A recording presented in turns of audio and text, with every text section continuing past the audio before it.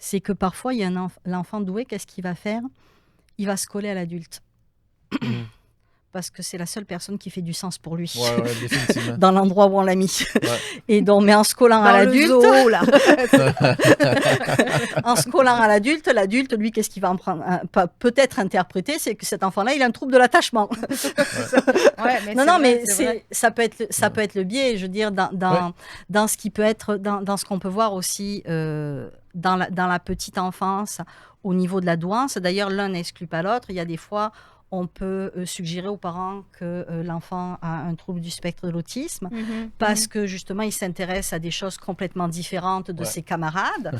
Donc là, à ce moment-là, et puis là, c'est sûr que ça va être persistant. Donc, quand on s'en tient au fait, c'est ça qu'on va constater.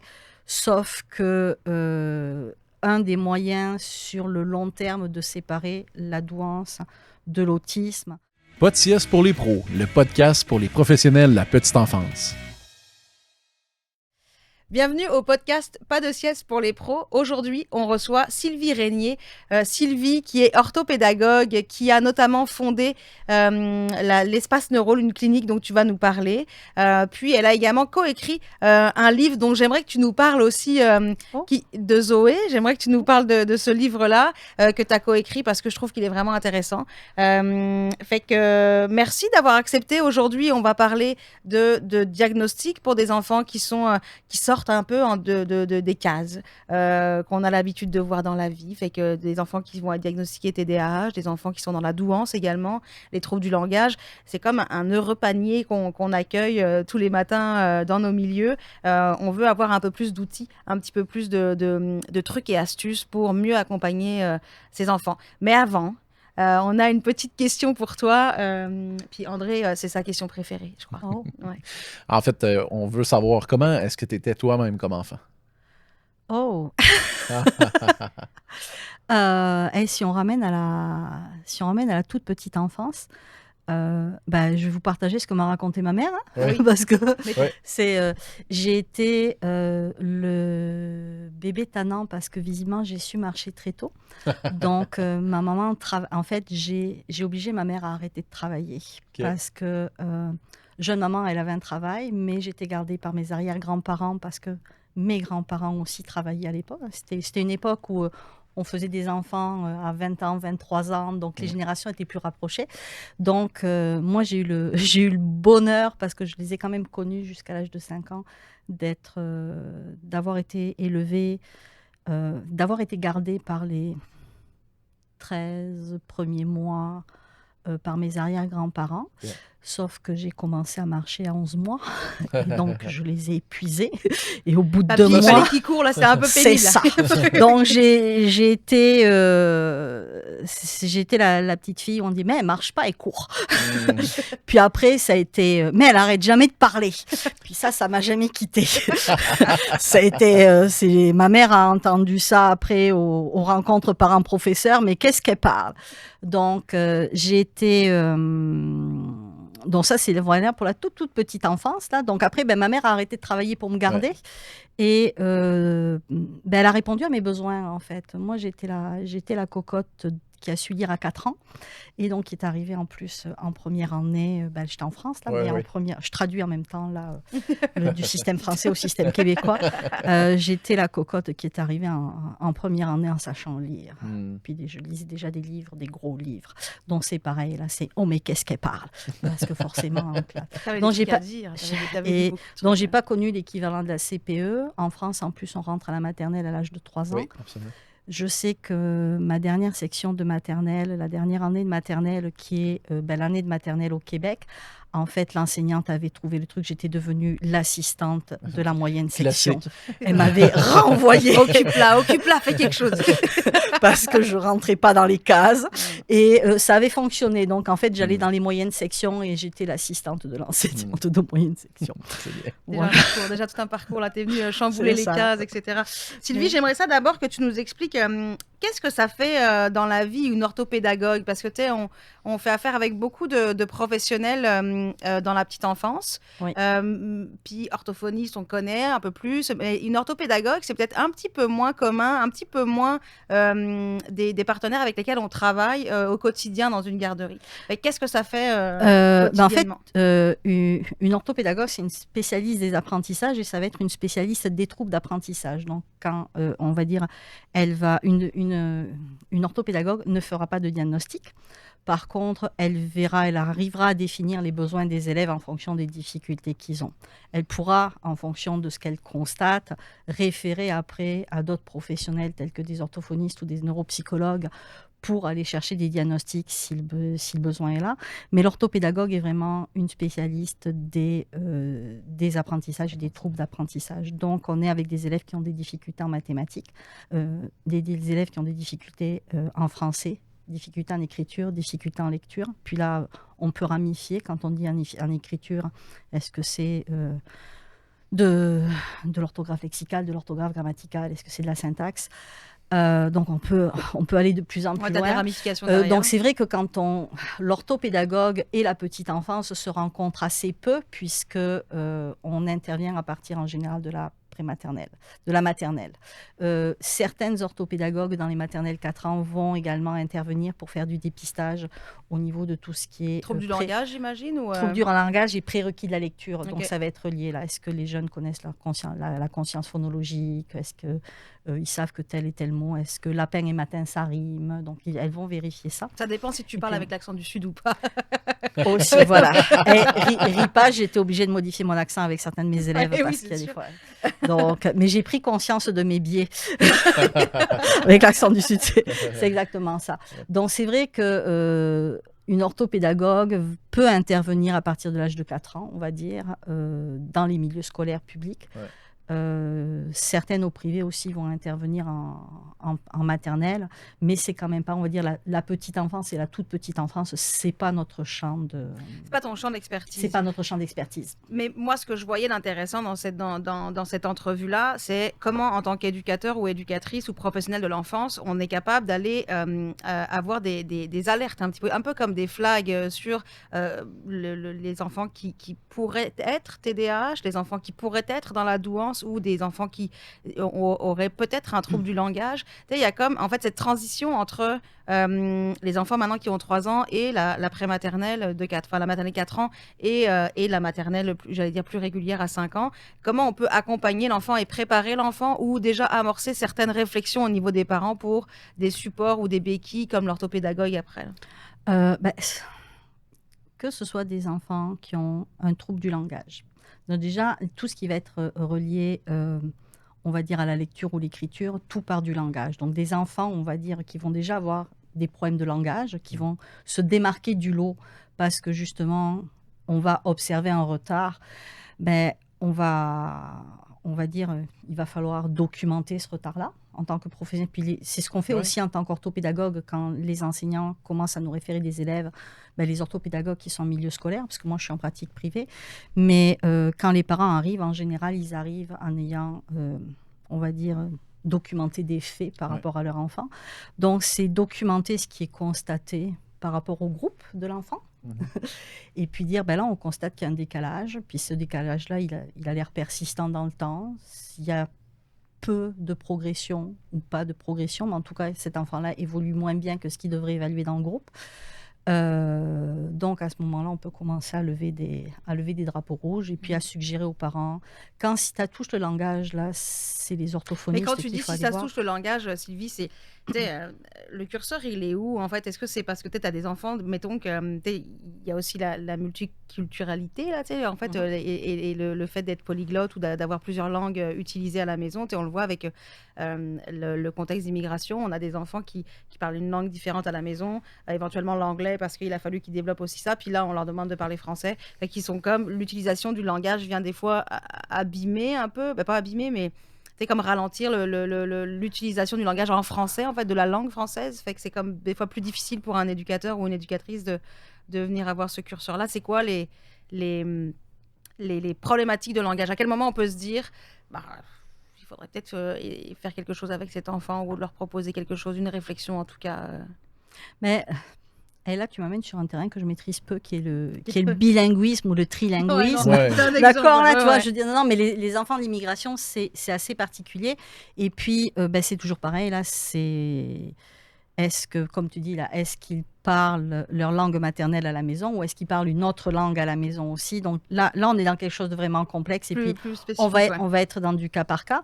Ça n'empêche pas qu'il y a des enfants qui vont très bien catch. En fait, c'est toujours pareil. Normalement, un enfant dans un milieu bilingue va jongler avec les deux langues, je dirais quand même assez rapidement, d'expérience là par rapport. Puis moi, j'ai une expérience personnelle aussi parce que j'ai vécu aux États-Unis, dont j'ai vu mes enfants jouer entre le français et l'anglais. Là, donc, des enfants qui n'ont pas de difficultés vont savoir quand est-ce qu'ils doivent parler français, quand est-ce qu'ils doivent parler anglais ou leur langue maternelle. Par contre, mais le bilinguisme amènera toujours, on va dire, ce qui a été constaté dans les études scientifiques, du peu que j'ai lu, parce que je me suis quand même un peu intéressée là-dessus, c'est que le vocabulaire est quand même moins développé, mais c'est pas un manque de vocabulaire. C'est-à-dire, ça va être un manque de synonymes, ça va être quand ces enfants-là vont grandir. Donc, le bilinguisme en soi n'est pas un trouble de langage. N'est pas un trouble de langage. C'est voilà, c'est un peu moins de vocabulaire parce que tu en apprends 3 fois plus. Donc, ce qu'il faut aller chercher là, c'est aller chercher des orthophonistes qui sont capables de faire des évaluations également dans les langues maternelles, anglais, espagnol, entre autres. Là. Donc, puis on en a au Québec, là, ça se développe de plus en plus. Là, il y a des cliniques qui commencent à accepter des jeunes, on va dire, qui parlent d'un autre langage que le français. OK. Pour aller évaluer ça, finalement. C'est que là, on a les troubles du langage, ça fait partie des enfants qu'on accueille. Tu sais, on voit ça peut-être un peu plus communément. On parle aussi beaucoup de TDAH, beaucoup de diagnostics d'enfants qui présenteraient des signes de TDAH. D'abord, on se rappelle un peu ce que ça veut dire, ce TDAH. C'est quoi un enfant qui a un TDAH Le TDAH, c'est le trouble déficitaire de l'attention avec ou sans hyperactivité. Donc, c'est des enfants, on va dire, qui peuvent bouger beaucoup. Plus tard, ils peuvent, quand on parle de trouble déficitaire de l'attention, s'il n'y a pas hyperactivité, c'est des enfants qui vont être, comme on dit l'expression, là, un peu plus dans la lune. Ailleurs, donc, on va dire, ils vont se dénoter du groupe par rapport à ça. Mais quand on parle de petite enfance, là, un enfant de 3 ans, ça bouge. C'est ça. C'est difficile, hein, mais c'est pareil. C'est celui qui va bouger plus que le groupe. C'est à ça qu'on va une fois de plus, c'est à ça qu'on va le repérer. Mais c'est là où le pédiatre de l'enfant, s'il a la chance d'en avoir un, les CLSC qui peuvent accompagner les parents vont avoir un rôle à jouer. Quand on a des enfants de cet âge-là, avec ce genre de trouble, il faut une équipe multidisciplinaire parce qu'il y a des fois, c'est est-ce que l'enfant dort assez? L'agitation en tant que telle ou le fait que quelqu'un soit dans la lune en tant que tel, c'est vraiment multifactoriel. Donc, il faut vraiment aller démêler tout ça. C'est qu'est-ce que veut nous dire cette agitation-là? Si un enfant est anxieux, il va bouger. Ça ne veut pas dire qu'il va avoir un TDAH. Donc, c'est pour ça qu'il faut aller se référer à d'autres professionnels. Donc, je dirais une fois de plus, on documente les faits. Il bouge quand? Et puis on essaie de noter par exemple des heures, c'est qu'est-ce qui se passe et on amène aux parents des faits, voilà ce qu'on a constaté, voilà ce qui se passe par rapport au groupe et puis c'est ça que les parents vont pouvoir amener aux professionnels qui vont décider si oui ou non il y a un TDAH, même si en effet la première pensée quand on voit un jeune qui bouge beaucoup, c'est de te dire oh il y a un TDAH. C'est vraiment, on se limite aux faits. Est-ce qu'il bouge plus le matin? Est-ce qu'il bouge plus que l'après-midi? Est-ce qu'il bouge plus quand il y a trop de personnes qui commencent à arriver vers lui? Il va être réactif parce qu'il a des hypersensibilités, donc il va devenir réactif alors que quand on l'avait laissé seul dans son coin, il était calme. Donc, c'est peut-être pas tant du TDAH que ça. Donc, c'est ça. Si on glisse vers la douance, parce que qui dit parfois TDAH, dit on peut aller amener jusqu'à des troubles de l'opposition. Un enfant doué peut passer pour un jeune qui a un trouble de l'opposition parce que c'est des jeunes cocos dès leur plus jeune âge qui vont remettre en question les règles ou sans vouloir les remettre en question parce qu'ils ne les remettent pas en question mais ils veulent chercher du sens. Donc le fameux pourquoi de la période des 3 ans va durer plus longtemps et puis va devenir plus aiguisé, on va dire. Donc les adultes peuvent s'imaginer que cet enfant-là s'oppose, ne veut pas alors qu'il est juste en recherche de sens. Donc, c'est ça. c'est un peu la C'est vraiment différence. intéressant. Je trouve ça vraiment intéressant, en fait, d'avoir l'idée, ben pas l'idée, mais de jongler avec cette idée-là du diagnostic un peu trop rapide et donc du mauvais diagnostic juste par des symptômes spécifiques ou des situations spécifiques, alors qu'en fait, justement, est-ce que c'est vraiment un TDA, c'est du TDAH, ça doit être difficile quand même de Mais faire la part des c'est choses. difficile et puis je dirais, c'est pas aux éducatrices, c'est pas aux orthopédagogues, je vais même extrapoler, c'est pas aux Intéressant. enseignants à faire ce genre d'hypothèse. Ouais. C'est vraiment la difficulté. Il y a des fois, et puis plus on a d'expérience en tant que professionnel, plus on va se dire, je pense qu'il rentre dans cette case, il est possible qu'au final, c'est dans cette case-là qu'il Ouais. va rentrer. Ça, c'est comprends. l'expérience qui va nous le dire. Mais il faut qu'on reste dans la partie, on s'en tient aux faits. Voilà ce que je constate. Inversement, par exemple, moi, dans ma pratique d'orthopédagogue Oui. en clinique privée, je fais du 1 à 1 avec des élèves. Ouais. Le 1 à 1 avec certains élèves en TDAH, Ouais. ça se passe super bien. Ouais. Moi, si on me les amène et que je travaille avec eux, s'il n'y a pas encore de diagnostic de TDAH et que les parents me disent « Oh, on m'a parlé de TDAH », si je me fie à mon expérience clinique, je leur dis « Moi, pendant 1 heure, là, il est focus, on travaille, on a du fun, on s'amuse, je ne suis pas la bonne personne pour le voir. » Par contre, quand il va être dans le groupe classe, il peut se désorganiser Ouais. complètement. Mais en 1 à 1 avec l'adulte, cet enfant-là du TDAH, on ne va pas nécessairement le voir. Donc, on s'en tient au fait. Il y a des fois, quand je remplis des questionnaires, je coche et puis je mets toujours une étoile au neurologue dans le questionnaire en disant « Je vous rappelle que je suis seule avec cet enfant-là. » Donc, je coche que je l'observe peu. Mais ça ne veut pas dire que dans le groupe classe, l'enseignant vous répondra probablement l'opposé. Vous cherchez à atteindre votre ratio de qualification? Le parcours travail-études en petite enfance vous aide à recruter et former le personnel éducateur de la relève. En y participant, votre personnel en formation reçoit une rémunération pour leurs heures d'études au cégep. À la fin des 18 mois, la personne en formation aura complété son AEC en technique d'éducation à l'enfance, tout en accumulant des heures de travail qualifiantes dans votre milieu. Tous les détails sur travail-études-petite-enfance.ca. Parce que vous parliez oui, la question de c'est pas le rôle de l'orthopédagogue de poser un diagnostic, c'est pas l'enseignante, c'est pas l'éducatrice. C'est qui les bonnes personnes pour aller Les neuropsychologues, OK. pour tout ce qui va être troubles neurodéveloppementaux. Les orthophonistes vont pouvoir aller vers les troubles neurodéveloppementaux qui sont liés au langage, tout ce qui est développement du langage, et puis les médecins. Donc, c'est ces professionnels-là qui vont poser. Ce qu'on peut, nous, en tant que professionnels, amener comme information, c'est de dire voilà ce qu'on constate. Donc, et voilà ce qu'on constate.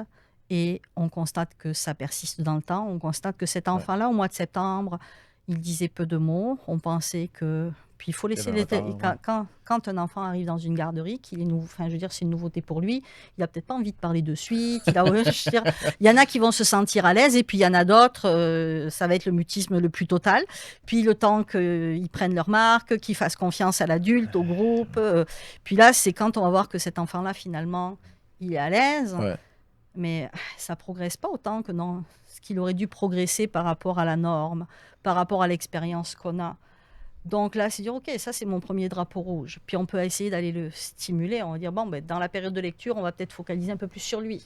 Je ne sais pas trop ce que font les éducatrices spécialisées.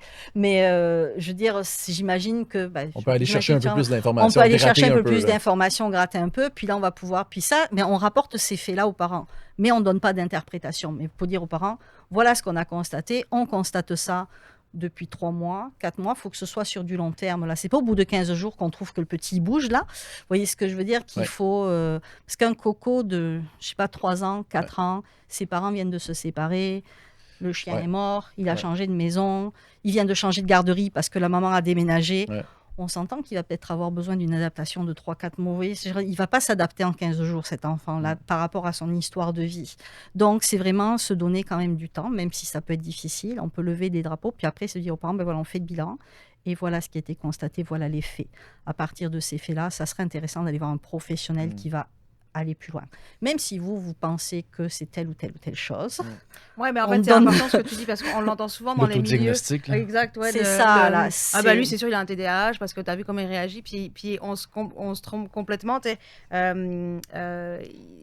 Puis, comme tu le disais, la ligne entre TDAH et douance est très fine, où elle peut être, en tout cas pour des méconnaissants, je dirais, ou des personnes qui ne sont pas spécialistes, ça peut très rapidement être confondu. Il y a beaucoup de formations qui existent et d'informations qui existent pour des enfants qui ont un diagnostic de TDAH et pour les parents aussi. Donc, on a comme développé beaucoup au Québec, mais la douance, c'est beaucoup moins connu, beaucoup moins perçu. Puis, il y a des fausses idées reçues aussi sur des enfants qui sont doués. Puis on peut le voir quand même déjà dans leur attitude, le décalage qu'il peut y avoir dans le groupe à la garderie. Là, fait.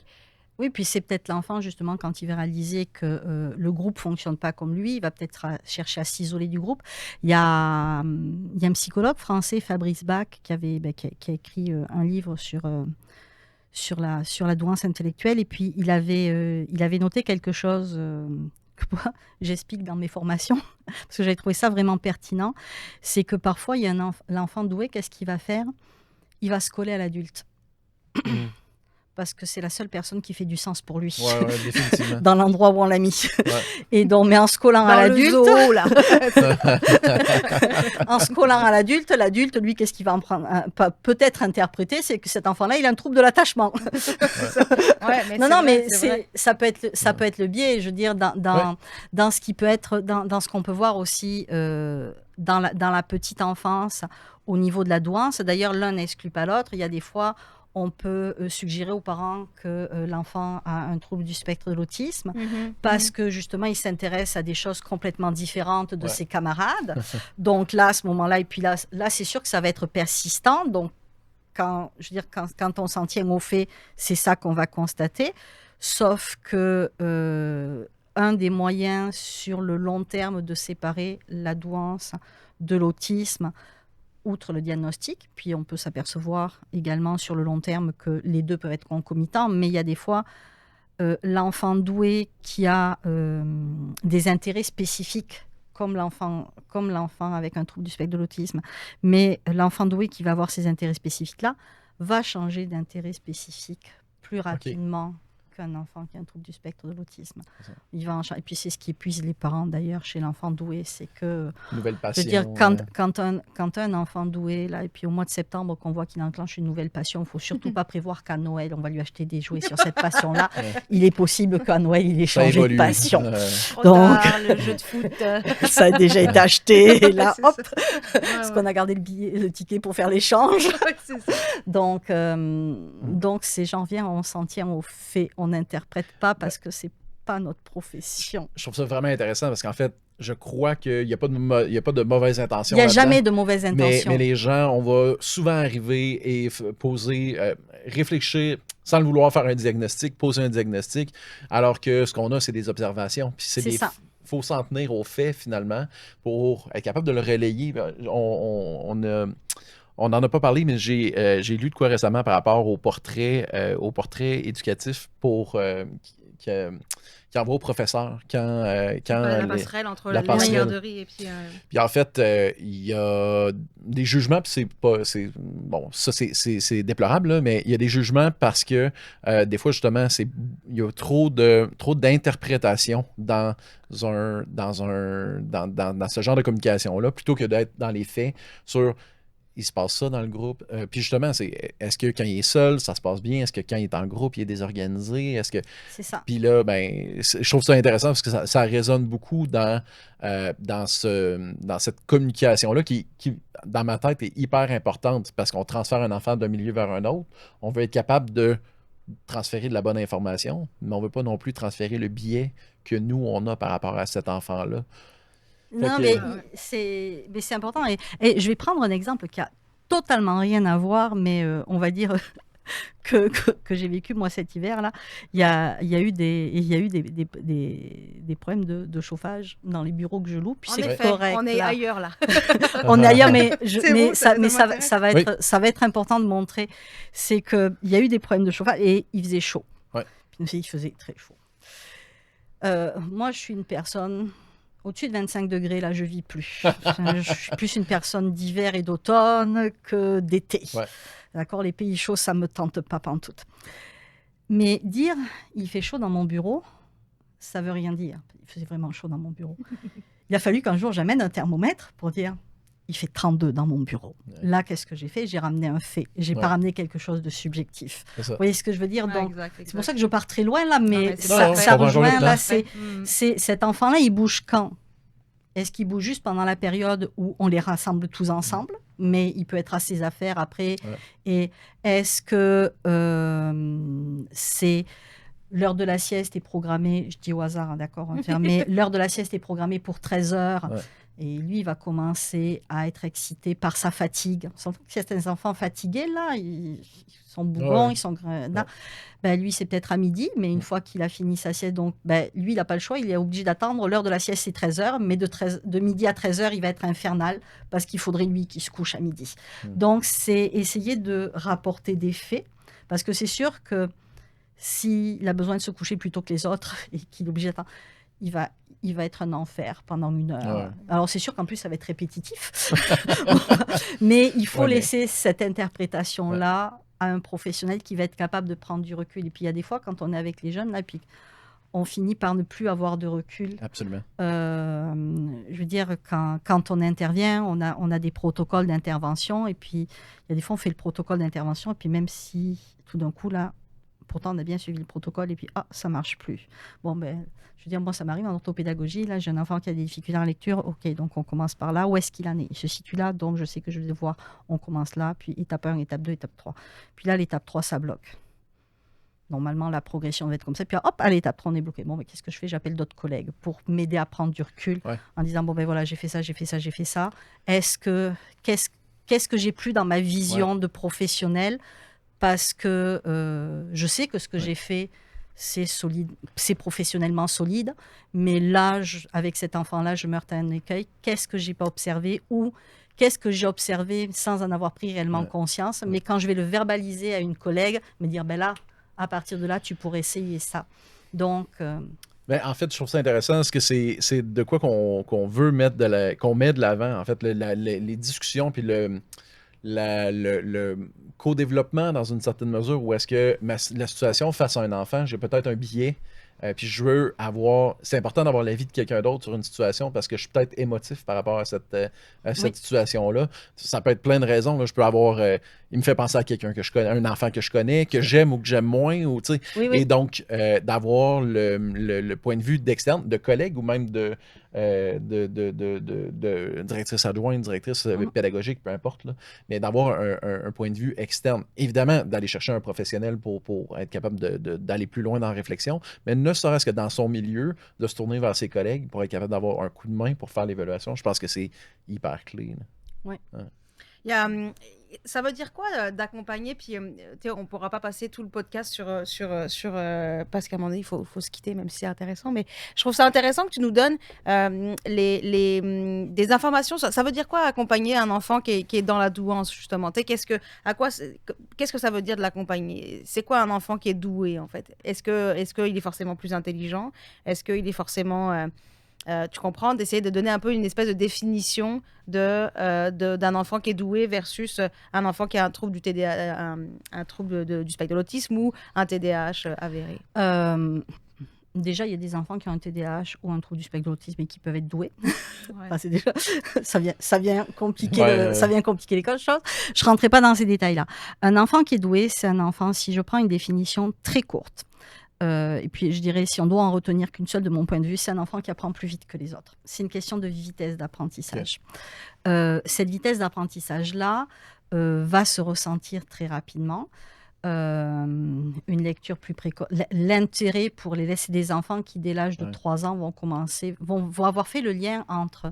Quand l'adulte me lit quelque chose, les hiéroglyphes qu'il y a dans le livre, visiblement, l'adulte en fait quelque chose.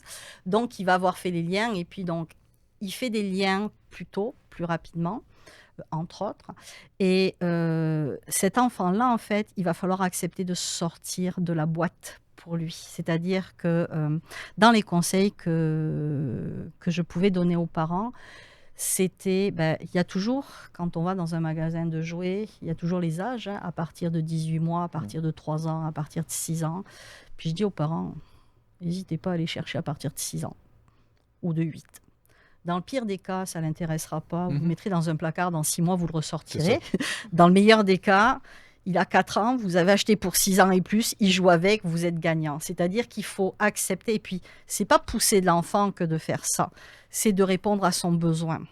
Donc, l'enfant doué qui est en prématernelle 4 ans ou qui est en CPE à 4 ans et qui sait déjà lire ou qui commence à lire, ben, pourquoi ne pas offrir ou suggérer aux parents de l'accompagner dans cet apprentissage-là? C'est pas devancer ce que va faire l'école. À un moment ou un autre, il va faire les liens par lui-même. Donc, je dirais, il ne faut pas hésiter à sortir de la boîte. On ne peut pas nuire à l'enfant si on va essayer de pousser un peu plus loin. Si tu réponds à son besoin aussi. Si on répond à son besoin. Puis, là, on va dire, si ça ne l'intéresse pas, ou comme n'importe quel autre enfant, s'il n'est pas prêt, il apprendra quand même pas. Donc, je veux dire, quand les enfants ne sont pas prêts, ils ne sont pas prêts qu'ils soient doués ou pas. Donc, je dirais, pas hésiter à sortir de la boîte. Même si le protocole ne fit pas avec lui, ben, on va essayer autre chose. Mais ça peut s'appliquer à n'importe quel enfant. Ça s'applique à n'importe quel enfant. C'est ça, là. Puis même avec les enfants qui ont des troubles du langage ou des enfants qui ont en difficulté en écriture ou en lecture ou en mathématiques, il y a des fois, ben, c'est ça. On essaie, puis il va y avoir cet enfant-là qui, malgré tout, va pas rentrer dans le protocole. Ben, il va falloir qu'on essaie en tant que professionnel de dire mais comment je peux le faire progresser autrement, parce que ce que j'ai appris, ce que je sais faire, ce que j'applique d'habitude qui fonctionne, avec celui-là, ça ne fonctionne pas. Donc, c'est mon devoir d'adulte d'essayer de trouver... c'est de mettre de côté ses biais, là, finalement. C'est ça. Tu pousses pas le carré dans le cercle, finalement. C'est ça. Ouais. C'est... On aurait une dernière question pour toi, Sylvie. En fait, pour clore le... Ouais, ça va vite, hein. Ça passe vraiment vite. Tout le monde nous dit au début de podcast, genre... je sais pas, qu'est-ce que je vais dire, ça va être ben trop long. Ça va être pénible, ça va être vraiment... T'es sûr que ça va être intéressant? Puis à chaque fois, déjà, mais pourquoi? Eh bien, parce que toute bonne chose a une fin. Mais on aime assez poser cette question-là, en fait, en fin de podcast... d'épisode, puis c'est toujours toi qui la poses. Je te regarde. En fait, le podcast, c'est pour des gestionnaires, des éducatrices qui ont des responsabilités dans des services de garde, garderie. Bon. Et en fait, ça serait quoi le conseil que tu donnerais à quelqu'un qui est pour la première fois dans un poste de responsabilité, dans l'optique de ton expertise à toi? Qu'est-ce que je peux faire pour bonifier mon expertise avec ton bagage à toi? Ouf, je ne suis pas certaine. C'est-à-dire, quel conseil je donnerais à un gestionnaire de CP, de garderie? Oui, exactement. Ouais. De mon angle à moi? Oui. Ben, en fait, toi, tu es orthopédagogue. Tu connais là, en fait, les enfants qui sont tagués atypiques. Comment je peux faire, moi, en tant que gestionnaire, pour les accompagner? Les trucs que je peux faire pour mieux les accompagner ou l'équipe M'assurer que mon équipe soit formée. Okay. Offrir des formations à mon équipe. Par des professionnels qui connaissent. Donc, et puis, c'est pas former l'équipe one shot. Mais ça peut être très bien sous forme thématique. Cette année, on se forme sur les troubles du langage. On peut avoir 1 ou 2. Puis l'année d'après, ça va être quoi le besoin? On va voir, par exemple, les prérequis en mathématiques. Ça peut être l'année d'après la douance ou 6 mois après la douance. Mais c'est, je dirais... n'importe quel professionnel a besoin de rester formé au final. C'est, je veux dire, moi je fais partie d'une association professionnelle qui est l'association des orthopédagogues. Mon association nous offre une palette de formations à chaque année. Chaque année, je suis les formations données par mes collègues orthopédagogues selon leur expertise et puis des chercheurs pour justement me tenir à jour. Prévoir dans mon plan de match une période de formation avec mes équipes. Je ne sais pas si les CPE, ça fonctionne avec des journées pédagogiques ou ce genre de choses. Mais, dans certains cas, oui, assez régulièrement. L'équivalent d'eux, mais ça pourrait être ça. Là. Ouais. C'est un bon conseil, ça, la formation du staff. Définitivement, on en parle souvent en fait, dans le podcast. Il va falloir faire venir quelqu'un sur le budget maintenant. C'est lui, d'accord, ok, c'est bon. Merci beaucoup, Sylvie. Si on veut te contacter pour en savoir plus, si on veut, on a parlé tout à l'heure en début de podcast de la clinique Espace Neurone. Oui. Où est-ce qu'on te contacte à part est-ce que tu peux nous en dire un peu plus où est-ce qu'on me contacte? J'ai un site internet, j'ai une page LinkedIn. Donc, je dirais le plus facile, c'est ça. Là, c'est mon site internet, c'est par là. Je donne des formations en douance. Sinon, j'interviens principalement auprès des jeunes là, de la première année au cégep. Donc, je dirais, j'ai pas trop le public garderie, on va dire. Mais formation, si j'ai cette casquette-là, en tant que... Donc, il y a cette casquette-là où je pourrais répondre éventuellement pour parler douance sur les petits. Fait Clinique Espace Neurone, sinon ta page LinkedIn ou voilà. ton site internet. Puis le site internet, c'est espaceneurone.ca. C'est aussi facile que ça. C'est aussi facile que ça. Merci beaucoup Sylvie pour tous ces à conseils vous, et puis d'être venue jusqu'à nous pour nous parler de tout ça. Merci beaucoup. Merci, c'était le fun. Merci beaucoup. C'est top. Le podcast Pas de sieste pour les pros vous est présenté par Mangrove Petite Enfance, le logiciel de gestion qui vous permet de vous libérer du temps pour vous concentrer sur ce qui compte vraiment.